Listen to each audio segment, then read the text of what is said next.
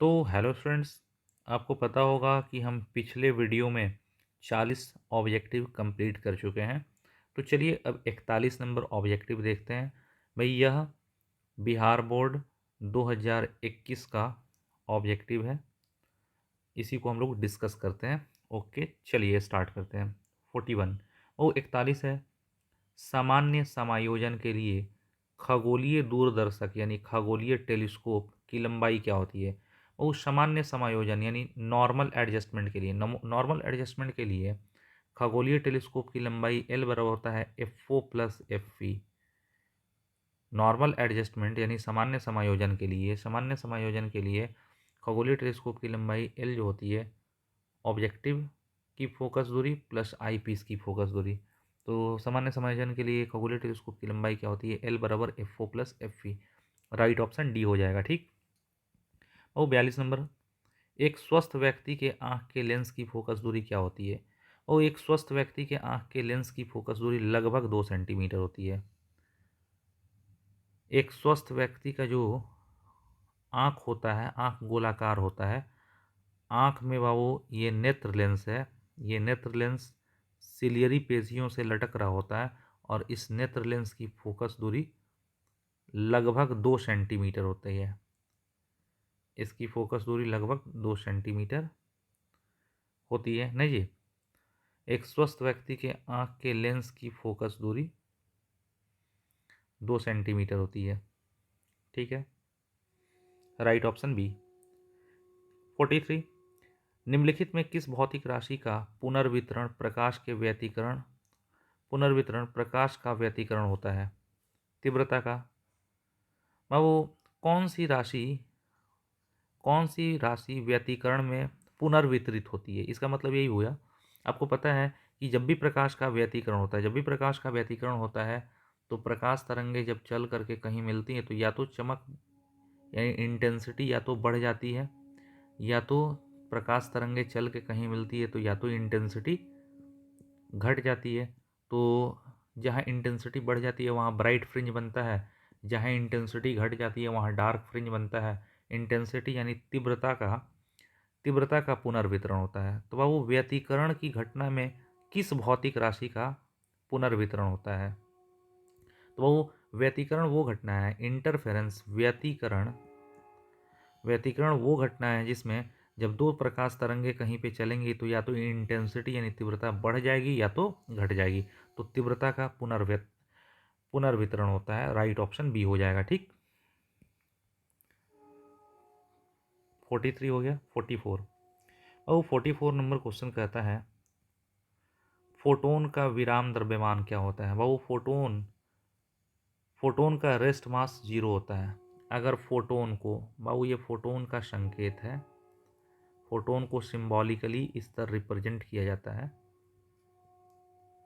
Photon तो हमेशा प्रकाश के वेग c से चलता है, तो फोटोन का वेग हमेशा c होता है। लेकिन अगर फोटोन को रोक दिया जाए, फोटोन को अगर रेस्ट में कर दिया जाए तो रेस्ट में करने पर इसका रेस्ट मास कितना हो जाता है? 0। और फोटोन को अगर रोक दोगे तो उसका रेस्ट मास क्या हो जाएगा? 0। इसीलिए फोटोन कभी भी रुक नहीं सकता, लाइट कभी भी रुक नहीं सकता। लाइट रुकेगा, फोटोन रुकेगा तो उसका रेस्ट मास क्या हो जाएगा? 0। फोटोन का विराम द्रव्यमान क्या होता है? 0। राइट ऑप्शन है। 45 नंबर, बोर का आवृत्ति शर्त है बाबू, बोर का फ्रीक्वेंसी कंडीशन क्या है? हमें पता है बाबू, जब भी बोर के सिद्धांत से जब भी कोई इलेक्ट्रॉन, भाई आपको पता है जब भी कोई इलेक्ट्रॉन हाई एनर्जी स्टेट से लो एनर्जी स्टेट में आता है, जब भी कोई इलेक्ट्रॉन हाई एनर्जी स्टेट से लो एनर्जी स्टेट में गिरता है तो फोटोन या रेडिएशन निकलता है ना जी। और इस रेडिएशन की एनर्जी, अगर इस वाले कक्षा की एनर्जी हम E2 माने और इसकी E1, जनरली हम तो इसी का E1 मानते थे और इसका E2 मानते थे, लेकिन यहाँ पे बात उल्टा ही दिया है, कोई दिक्कत नहीं है। बाबू बोर के अनुसार अगर कोई इलेक्ट्रॉन हाई ऑर्बिट से लो ऑर्बिट में गिरता है तो रेडिएशन निकलता है। इस रेडिएशन की एनर्जी E1 माइनस E2, ऊपर के कक्षा से नीचे का कक्षा में आएगा तो जो ऊर्जा का अंतर होगा वही E1 माइनस E2 फोटोन के रूप में निकलेगा, तो E1 माइनस E2 बराबर एच न्यू। बाबू जो भी इलेक्ट्रॉन अगर हाई से लो ऑर्बिट में आता है तो जो एनर्जी रिलीज होती है वो in the form of photons release होती है, एच न्यू के फॉर्म में रिलीज होती है। Option B is right option. अब देखिए 46 नंबर, वो 46 नंबर क्वेश्चन कहता है सौर ऊर्जा का स्रोत क्या है। और हमको पता है कि सौर ऊर्जा सूर्य में नाभिकीय संलयन की क्रिया हो रही है। सूर्य में नाभिकीय संलयन की क्रिया हो रही है।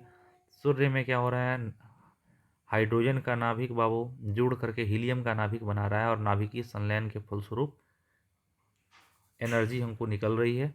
तो सूर्य में ऊर्जा का स्रोत क्या है, सौर ऊर्जा का स्रोत क्या है, नाभिकीय संलयन। सूर्य में नाभिकीय संलयन हो रहा है जिससे एनर्जी हमको मिल रहा है। Okay 46 D. बाबू 47 देखिए, विद्युत का सबसे अच्छा चालक कौन सा है। विद्युत का सबसे अच्छा चालक कौन है, चांदी। सोना भी नहीं है, सोना से बेहतरीन चालक क्या है, चांदी। विद्युत का सबसे अच्छा चालक कौन है, चांदी है। सोना भी है, जस्ता भी है, तांबा है, बट चांदी सबसे अच्छा चालक है। Right option A. 48 बाबू, नॉर द्वारक यानी नॉर गेट। नॉर गेट का बुलियन व्यंजक क्या है। नॉर बना है नॉट प्लस और से। और का क्या होता है बाबू, और का होता है वाई बराबर ए और बी। और गेट का बुलियन व्यंजक होता है वाई बराबर ए और बी। और नॉर है, नॉर मतलब नॉट और, तो नॉर का क्या होगा, ए और बी का बार। तो वाई बराबर ए और बी का बार। तो नॉर गेट का बुलियन व्यंजक क्या होता है, वाई बराबर ए और बी का बार। बार मतलब ये हो गया राइट ऑप्शन डी। 49 नंबर देखिए, द्विआधारी संख्या यानी बाइनरी नंबर इतना की दाशमिक संख्या क्या होती है। बाइनरी नंबर ये दिया है, इसको डेसिमल में बदलना है। क्या है बाबू, 1001। इट्स योर बाइनरी नंबर 1001, ये बाइनरी है, उसको डेसिमल बदलो। इसमें पहला अंक क्या है, 1, तो 1 गुणा कितने अंक, 1 2 3 4, 4 को अंक है, 1 2 3 4, 4 अंक है, तो 2 के पावर 3 कर दो बस। पहला अंक क्या था, 1 था, तो पहला अंक 1 तो 1 लिख दिए, और 2 के पावर कितना, जितना अंक है उससे एगो कम कर दो। 4 को है, 1 2 3 4, 4 को तो 2 के पावर 3, प्लस दूसरा अंक कितना 0 गुणे 2 के पावर 3 के बाद 2, प्लस तीसरा अंक कितना 0 गुणे 2 के पावर 1, प्लस चौथा अंक 1 गुणे 2 के पावर 0। और 0 गुणे 2 कर 0 इंटू समथिंग 0, ये भी 0। तो इधर क्या बचा, 2 के पावर 3, ये हो गया 8, प्लस 2 के पावर 0 क्या होता है, 2 के पावर 0 किसी चीज़ का पावर 0 1, 1 इंटू 1 मतलब 1, 8 1 9। तो बाबू राइट ऑप्शन आपका हो गया 9। तो 1001 इट्स योर बाइनरी नंबर, और ये कन्वर्ट हो गया डेसिमल में, तो डेसिमल में ये 9 है।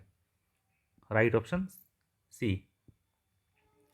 50 नंबर बाबू, किसी माध्यम की आपेक्षिक विद्युतशीलता होती है। किसी माध्यम की आपेक्षिक विद्युतशीलता एप्सिलॉन आर क्या होती है, एप्सिलॉन आर बराबर होता है एप्सिलॉन बटा एप्सिलॉन जीरो। किसी माध्यम की विद्युतशीलता बटा निर्वात की विद्युतशीलता। क्यों, आप पढ़े हो ना, एप्सिलॉन बराबर माध्यम की विद्युतशीलता एप्सिलॉन बराबर epsilon zero into epsilon R लिखा जाता है। एप्सिलॉन बराबर एप्सिलॉन जीरो एप्सिलॉन आर, तो एप्सिलॉन आर क्या हो जाएगा, एप्सिलॉन आर बराबर एप्सिलॉन बटा एप्सिलॉन जीरो। एप्सिलॉन बटा एप्सिलॉन जीरो, तो कह सकते हो किसी माध्यम की आपेक्षिक विद्युतशीलता एप्सिलॉन आर क्या होती है, एप्सिलॉन आर होता है एप्सिलॉन बटा एप्सिलॉन जीरो। राइट ऑप्शन ए। 51 देखिए, एक बिंदु आवेश Q से R दूरी पर विद्युत विभव का मान होता है। और कोई बिंदु आवेश Q है, इस बिंदु आवेश Q से R दूरी पर विभव क्या होता है, यहाँ से इस Q आवेश से R दूरी पर विभव क्या होता है, 1/4 पे एप्सिलॉन जीरो। आवेश जो है वो Q बटा जिस दूरी पर है R। तो किसी बिंदु आवेश से R दूरी पर विभव क्या होता है, V बराबर 1/4 पे epsilon zero Q/R। Right option ए। 52 नंबर देखिए, और 52 नंबर है, आवेश का पृष्ठीय घनत्व बराबर होता है। बहु आवेश का पृष्ठीय घनत्व, क्षेत्रफलीय आवेश घनत्व या पृष्ठीय आवेश घनत्व सिग्मा बराबर क्या होता है, पृष्ठीय आवेश घनत्व सिग्मा होता है Q/A। Q है कुल आवेश, बटा ए है कुल क्षेत्रफल। तो वो पृष्ठीय आवेश घनत्व तो सिग्मा क्या होता है, कुल आवेश बटा कुल क्षेत्रफल, Q by A. Right option B. 53 number देखेंगे, पानी का परावैद्युत स्थिरांक। वो पानी का परावैद्युत स्थिरांक मतलब पानी की आपेक्षिक विद्युतशीलता क्या होती है, 80 या 81। राइट ऑप्शन ए। 54 नंबर देखिए, आर त्रिज्या की पृथ्वी की विद्युत धारिता क्या है। ओ पृथ्वी तो एक गोला है, पृथ्वी एक गोला है, इस गोले की त्रिज्या आर है। हम जानते हैं कि कोई भी गोला है जिसकी त्रिज्या आर है तो इसकी धारिता, धारिता मतलब आवेश धारण करने की क्षमता, कोई भी आर त्रिज्या का गोला है तो उसकी धारिता सी क्या होती है, 4πε0 इंटू आर होता है। आर त्रिज्या के पृथ्वी की विद्युत धारिता, आर त्रिज्या के गोले की या आर त्रिज्या के पृथ्वी की धारिता क्या होगी, 4πε0 आर, क्योंकि गोले की धारिता 4πε0 आर होती है। 55 नंबर, 1 एम्पियर बराबर होगा, 1 एम्पियर मतलब 1 कूलाम पर सेकेंड। क्यों बाबू, धारा आई बराबर होता है क्यू बाई टी, धारा आई बराबर क्यू बाई टी। अगर आवेश क्यू को मान लो 1 कूलाम और टाइम मान लो 1 सेकेंड, तो 1 कूलाम 1/1 क्या होगा, 1/1 हो जाएगा 1, और कूलाम पर सेकंड को एम्पियर कहते हैं तो 1 एम्पियर क्या होगा, 1 कूलाम बटा 1 सेकेंड, 1 कूलाम बटा 1 सेकेंड। राइट ऑप्शन ए। और 56 नंबर, विद्युत वाहक बल का इकाई है। वो विद्युत वाहक बल ईएमएफ, विद्युत वाहक बल मतलब ईएमएफ, इलेक्ट्रोमोटिव फोर्स। विद्युत वाहक बल बाबू एक तरह का वोल्टेज ही बताता है, विद्युत वाहक बल एक तरह का वोल्टेज है। तो बाबू विद्युत वाहक बल का मात्रक क्या हो गया, वोल्ट। बहुत बढ़िया, क्यों, विद्युत वाहक बल ईएमएफ, ईएमएफ बाबू वोल्टेज को बताता है ना, तो इसका मात्रक क्या होगा, वोल्ट हो जाएगा। Right option C. 57, voltmeter, volta नहीं, वोल्ट मीटर मापता है, और वोल्ट मीटर से हम लोग विभवांतर मापते हैं, परिपथ के किन्हीं दो बिंदुओं के बीच का विभवांतर। Right option B. 58 नंबर, 1/4πε0 का मान क्या होता है बाबू, ये तो एकदम वेल नोन मान है। 1/4πε0 का मान होता है 9 × 10⁻⁹ न्यूटन मीटर स्क्वायर पर कूलाम स्क्वायर। तो 1/4πε0 का मान 9 × 10⁻⁹ न्यूटन मीटर स्क्वायर पर कूलाम स्क्वायर। 58 का ए। 59 देखिए भाई, निम्न में कौन सा संबंध सही है। बाबू कौन सा सही संबंध है, हम पढ़े हैं किसी पॉइंट पर इलेक्ट्रिक फील्ड ई बराबर होता है F by Q, electric field ई बराबर एफ बाई क्यू, और इलेक्ट्रिक फील्ड ई वेक्टर बराबर एफ वेक्टर बाई क्यू। तो वो कौन सा संबंध सही है, हम पढ़े हैं इलेक्ट्रिक फील्ड ई बराबर F by Q. Right option ए, क्योंकि इलेक्ट्रिक फील्ड सदिश राशि और इलेक्ट्रिक फील्ड ई की दिशा, इलेक्ट्रिक फील्ड ई की जो दिशा होती है धनावेश पर लगने वाले बल की दिशा में होती है, एफ की दिशा में होती है। आवेश क्यू अदिश राशि है, इसीलिए क्यू पर तीर नहीं होगा। 60 नंबर, विद्युत विभव बराबर होता है, वो विद्युत विभव भी बराबर क्या होता है, डब्ल्यू बाई क्यू, पढ़े हैं विद्युत विभव भी बराबर W by Q. Right option B. 61 number, विद्युत द्विध्रुव आघूर्ण का एसआई मात्रक। बाबू विद्युत द्विध्रुव आघूर्ण P बराबर 2QL। विद्युत द्विध्रुव आघूर्ण इलेक्ट्रिक डाइपोल मोमेंट, विद्युत द्विध्रुव आघूर्ण इलेक्ट्रिक डाइपोल मोमेंट P बराबर 2QL। 2 का कोई मात्रक नहीं होगा, काट देंगे। Q है आवेश, आवेश का कूलाम, और लंबाई का मीटर, कूलाम मीटर। तो विद्युत द्विध्रुव आघूर्ण का एसआई मात्रक होता है कूलाम मीटर। ये CM नहीं, कूलाम बड़ा होगा C और M छोटा होगा। राइट ऑप्शन ए। और 62 नंबर देखिए, 1 फैराड बराबर होता है, और 1 फैराड क्या होता है, आप पढ़े हो धारिता C बराबर, धारिता C बराबर क्यू बाई भी, धारिता C बराबर क्यू बाई भी। आवेश Q को मान लो 1 कूलाम, और 1 कूलाम आवेश देने से मान लो वोल्टेज बढ़े 1 वोल्ट। आवेश Q को 1 कूलाम और वोल्टेज V को 1 वोल्ट, और 1/1 क्या होगा, 1/1, ये 1/1 हो जाएगा, 1/1 हो जाएगा 1, और कूलाम पर वोल्ट, कूलाम बटा वोल्ट मतलब फैराड, तो 1 फैराड मतलब 1 कूलाम बटा 1 वोल्ट।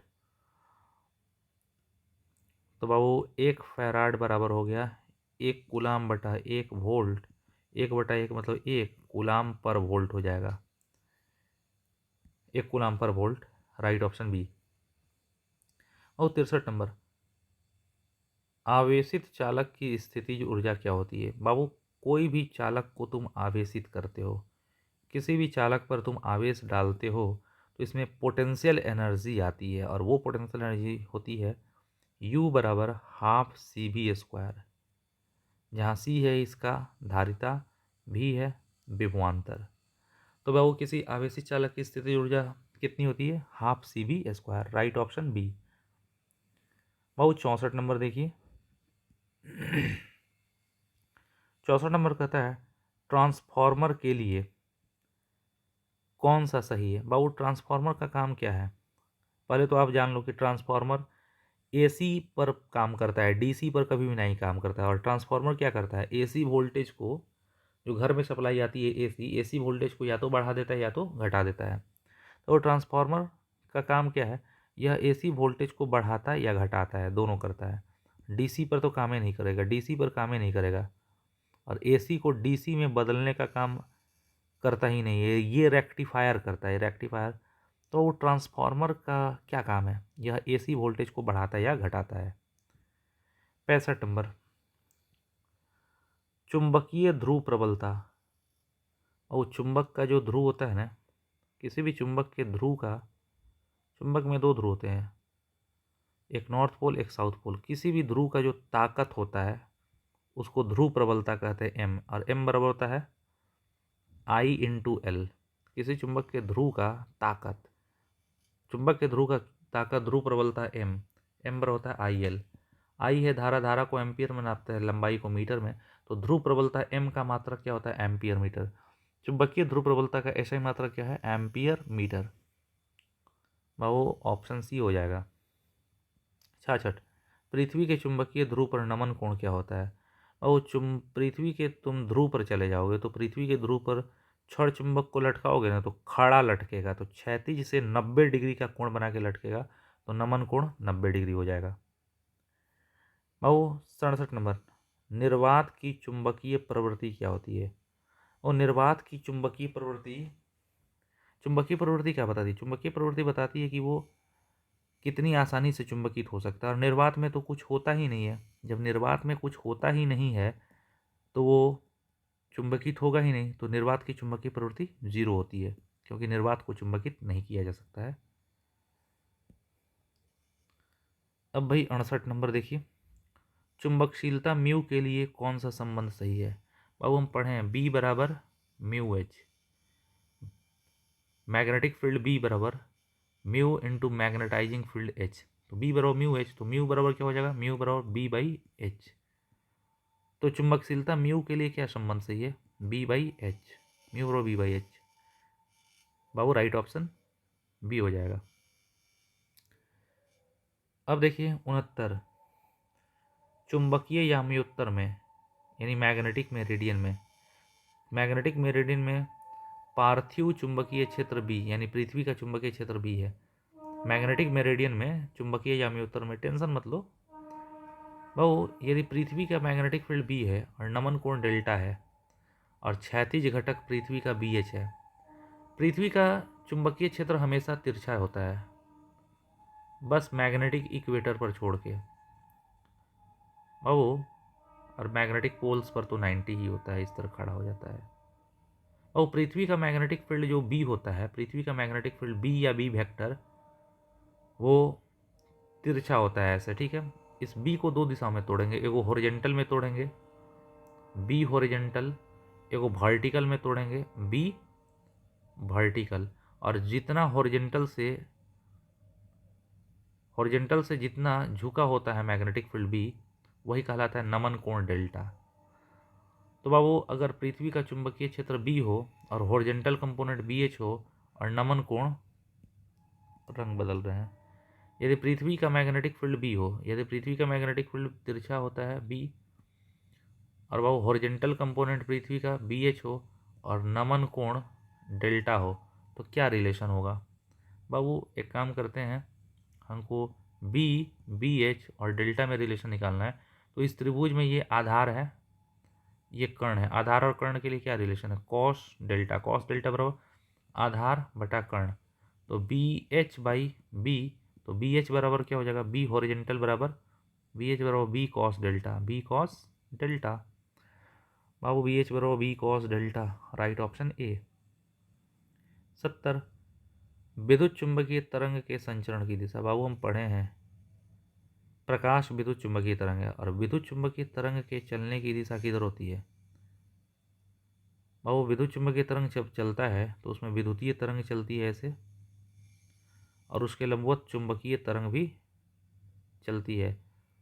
और याद रखिएगा, विद्युत चुंबकीय तरंग के चलने की जो दिशा होती है वो E cross B, electric field E vector cross magnetic field B vector, E cross B के राइट हैंड रूल के अनुसार ई क्रॉस बी के समानांतर होती है। तो राइट हैंड के चारों अंगुलियों को ई से बी की ओर मोड़ोगे तो अंगूठा तुम्हारा विद्युत चुंबकीय तरंग के चलने की दिशा में होगा। तो वो विद्युत चुंबकीय तरंग के चलने की दिशा होती है ई क्रॉस बी के समानांतर। ओके, तो भाई इस तरह आपका पूरा का पूरा 70 क्वेश्चन हमने डिस्कस कर दिया। Thank you.